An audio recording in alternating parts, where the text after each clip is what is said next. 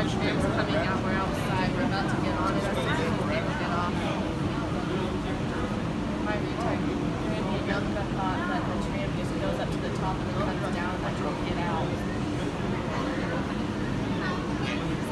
Like when the tram gets to the top, you get out. You get to walk around. They thought that the tram just went up and down and you didn't get out.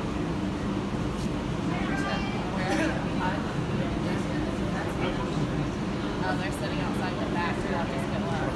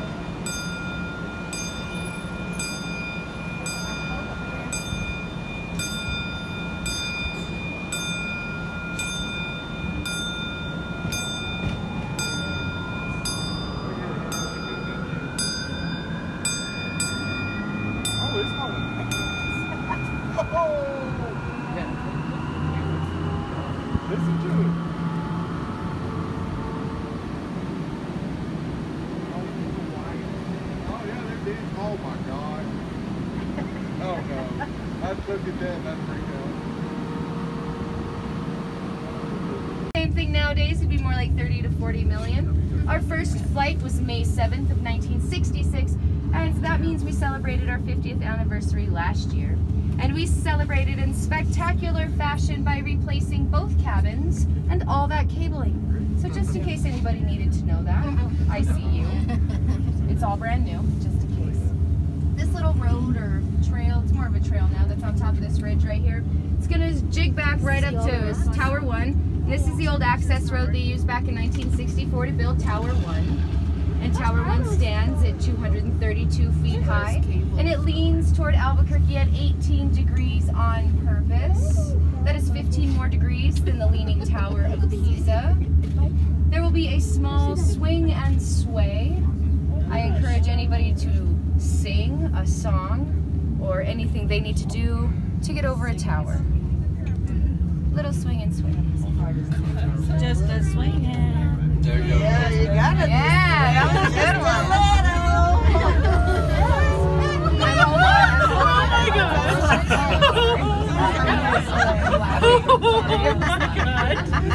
Oh, by far best cabin of the day. Good job, everybody. You all handled that like professionals.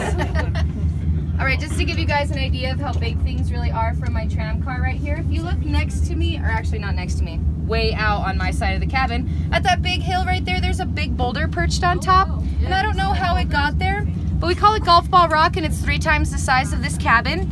And then on the other side, back behind y'all here, there is a big boulder perched on top of that hill that's leaning at a 45-degree angle. That looks a lot like a cannon, and we're imaginative here, so we call it Cannon Rock. But it's about the same size as this cabin. And then here on the right-hand side, there's a big flat rock perched up on its side with some green and yellow discoloration. Looks like a grouper fish here as we pass it. That is 40 feet high. We call that Fish Rock. It's much more, apparently 40 feet when you're standing right in front of it though. But things on the outside of the tram are much larger than they appear.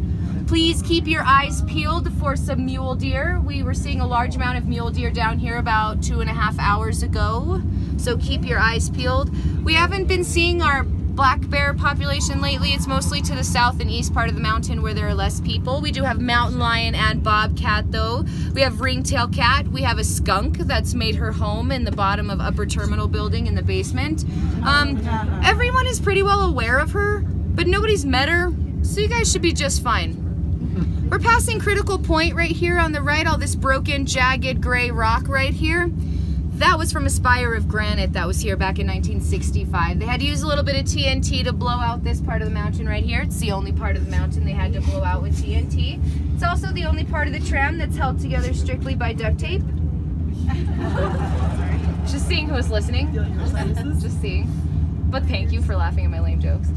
We're coming up here to an elevation of about 8,500 feet above sea level. This is our juniper pinon belt, so you'll start to see a lot of pine trees popping up. You will also see the remnants of our old bark beetle infestation, and that's all this dead pine trees stuff all up here on this ridge. That also allowed a lot of our coniferous trees to take off though. So we have a lot more fir, spruce, elm, scrub oak, and aspen at the top of the mountain than we used to. We're coming up on Tower 2, which is only 80 feet high. It took 5,000 helicopter rides to string this part of the tram, 2,000 just for Tower 2 up there. And if you guys think that's our stopping point, we aren't even halfway there yet when we get to Tower 2. Jace, you got any questions, bro? Let me know if you do.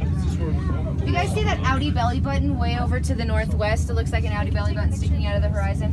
That's Cabazon. That's the hollowed out core of an extinct volcano. And then way directly to the west, about 80 miles, is Mount Taylor. That's a dormant volcano. And we're slowing down quite a bit to get over Tower 2 here. We're going to go about 7 feet per second over Tower 2. There's going to be one more little swing and sway and a very spectacular view on the other side. Is that where we bumped the side of the mountain a little? No. This is where everyone will lift their left leg and lean slightly to the right to get us up over these rocks right here. I'm just kidding. You were all too smart of a cabin for that to really have worked. We have about 18 inches of clearance on either side. And it's gonna dip.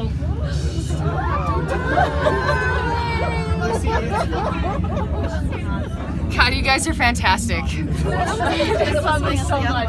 All right, when we pass this tram car on the right-hand side, that's going to mark our halfway point. Please feel free to smile and wave. Just no lewd or lascivious gestures, please. Somebody else is videotaping too, believe me. And there are children on the tram. It's going to look like this cabin's moving a lot faster than us, but I promise we are going the same speed. We are a double reversible jig-back aerial tram. And basically what that means is both cabins go backwards and forwards, and we are a continuous cable tram. So we're slowing down right here because that cabin is slowing down at the tower to go over the tower smoothly. We are 980 feet from the ground right here over Big Canyon. This is the highest off the ground everyone will be in the entire tram ride. Airball. We're this high off the ground a bunch of times though during the day, just so everybody knows. Yep. I know, super boring. Kind of reminds me of the Wonkavator. Does, yes. Just like an elevator. Alrighty, so this is an at your own risk mountain. And what I mean by that is you guys can come up and hike and camp and rock climb and do pretty much whatever you'd like under your own steam. We have a lot of local rock climbers that really love Sandia Mountain. On this cliff face, we're gonna pass it on the left-hand side. It's gonna become very sheer and flat when we come across it, and that's called Ego Boost Point by a lot of our rock climbers. You have to hike up in here from the foothills back there, about 6 miles, all the way up into Ego Boost Point here, and then you have to climb it with little to no equipment because power tools are prohibited on our mountain, and there are no posts in Ego Boost Point. So it is quite the boost to your ego, literally, to climb this point right here. They get their picture taken a lot from the tram as well. This is Echo Canyon. This is my very favorite place to come camping because this is where I have experienced mountain lion on my night vision television cameras. I have seen bobcats run away with my food. They do it. It happens. Punks. I have seen mule deer in great quantity down here at the bottom of Echo Canyon because there's a small spring here. It's at the very top of the canyon. A small spring feeds a little stream that runs out. You can't see it from the tram because New Mexico really likes to hoard her water under the ground. But the trees that grow at the bottom of Echo Canyon can get up to 200 feet high. On this cliff face, again on the left-hand side, the shadows might be kind of weird this time of day, but if you start looking midway to the top of this cliff face, there's a big black smudge mark that looks like a face. And some people can see it, but it depends on where the shadow of the cliff is, and I can't quite see it from where I'm sitting. But there is a big black smudge mark on the side of that cliff face, and that was a lightning strike back in 1936. And that also caused the last rock slide in this area, way back in 1936. I know our mountain looks very brittle, and it looks like it's going to come down at any second, but it really does take Mother Nature's wrath to make our granite break. This is a good example of all of our feldspar deposits here, all this pinky orangeness everybody sees on the cliff face. That's a feldspar deposit. Feldspar can be very pinky orange or white, and that's what gives Sandia its name. This side of the mountain lights up like a big slice of watermelon in the sunset, and Sandia means watermelon in Spanish, so that's how the mountain got its name. This mountain is about 1,350 million years old. It was formed by a fault line that runs along the Rio Grande River. A great upthrust in the Earth's crust caused the eastern side of that fault line to rise and the western side to fall, creating this very rocky, craggy cliff faces on the front side of the mountain, and very smooth, good skiing and snowboarding on the east side of the mountain. When we have snow, which we don't, I'm terribly sorry. I wish I could really do something about it because I want to go snowboarding too. But it's a very mild, dry year, and I'm very sorry there's no snow. We're gonna slow down here. This is the very last canyon of our trip, Domingo Baca Canyon. You all can see Kiwanis Cabin really well from here. If you look out the other side of the cabin from me and all the way up, there is, at the tip of that cliff up there, there's a small granite cabin with a little black window. And that's Kiwanis Cabin. That was built in the 1930s by the Civilian Conservation Corps. It doesn't do anything now. It used to house workers that worked up here, but now it has a dirt floor and it's just a national monument. It's a great hiking destination. It's about 3 miles round trip from Kiwanis to from the upper terminal to Kiwanis and back. There are hiking maps up at upper terminal for you guys if anybody's interested. I'm going to need everybody to keep that two-way ticket. That two-way ticket is what's going to get you on a tram back down the mountain. You do not have to be on any particular tram except for the last one, which is a little after 8 o'clock tonight. Trams are leaving upper terminal every 15 minutes. It is a very high volume day today. It's our holiday season. We are very busy this week, so expect to wait maybe up to 45 minutes in line at the top of the mountain to come back down, especially later on in the afternoon. All the people that came up before you in that line are still up here waiting to come back down. So everybody's gonna have a bunch of courtesy and patience with the other people around them today. We are coming up to an elevation of 10,378 feet. Welcome to the top of the mountain. We are going to come up into dock very slowly, so we're not running out of gas or anything. We are just taking things very slowly. We might have a couple of bumps up into upper terminal, but they will be very anticlimactic. The restaurant has been completely torn down. There is no longer a restaurant at all. We won't have a new one until late 2018, early 2019. It is just the upper terminal building that is open for everybody with bathrooms, a water fountain, and a vending machine. I encourage everyone to take a hike, take a walk. We have some beautiful wildlife, some beautiful, beautiful forest at the top of the mountain here. Please use all the proper trash receptacles though. We try to keep the mountain as beautiful as we can for everybody. There's only one designated smoking area on top of the mountain, and it's on the north side of the upper terminal building. Please smoke there and only there. It's very dry, even though it's our winter, we're still very dry here. Oh, please make good decisions too. It's the top of the mountain.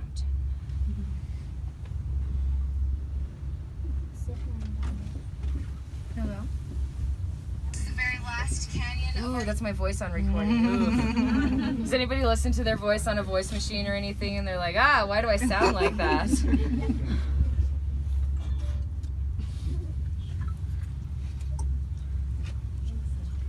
Jason, no. tickets. Oh, if you guys lose your ticket or if your child misplaces their ticket, we will not make your kids stay up here anymore.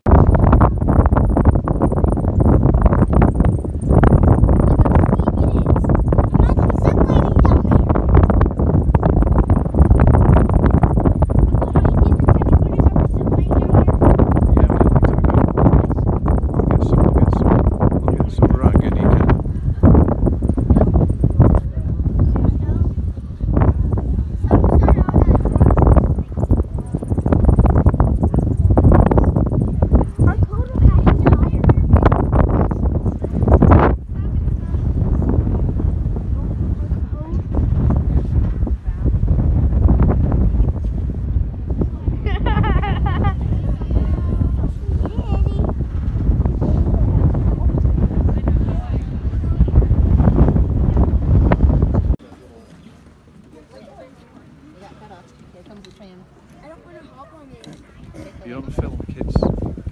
You don't film. Don't. Wave to the camera. Don't. Jeez, Jace, I mean. Wave to the camera. This is Uncle Mike and Aunt Ava. We're live on Facebook. I'm filming Uncle Mike filming me and the kids. Wave. This be just for an inspection. You go.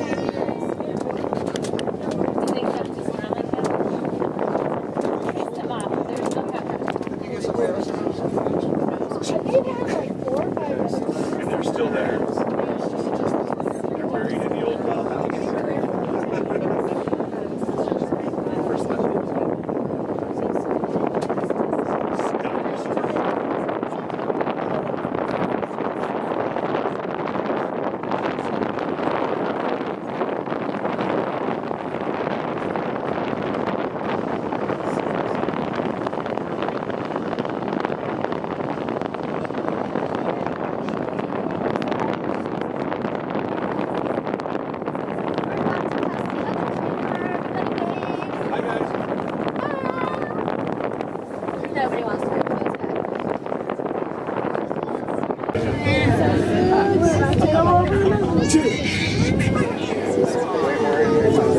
Friendly reminder of the small swing and sway, everybody. Oohs and ahs are welcome still. Especially if you're holding the camera out the window. You're a brave soul.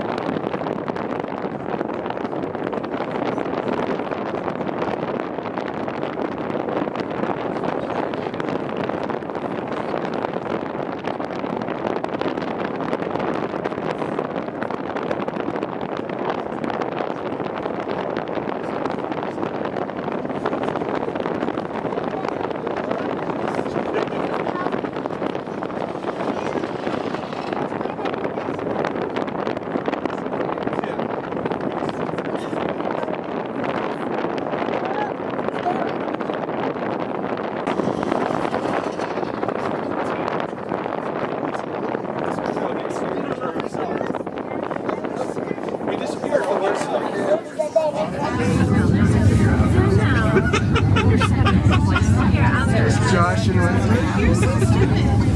We already have the trick here to get up to the top. That's the hard part. You're so dumb. You guys deserve toast.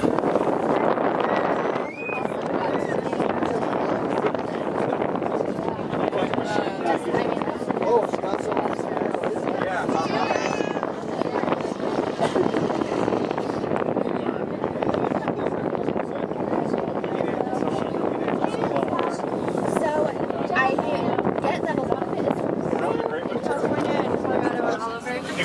But it's also wood stove. I don't know if you cut off half of everyone's face. Wood burning stove. Like half of everyone's face is gone. So yeah, that was my question. I guess that's true.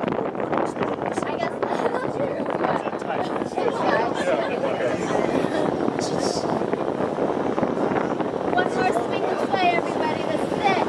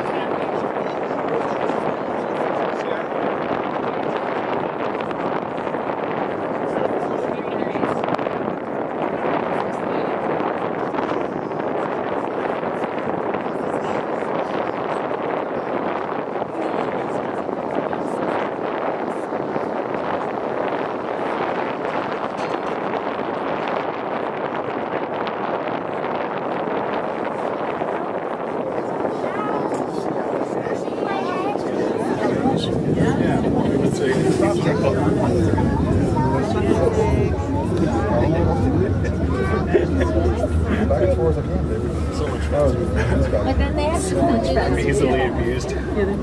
Maybe you should go. You should just wait.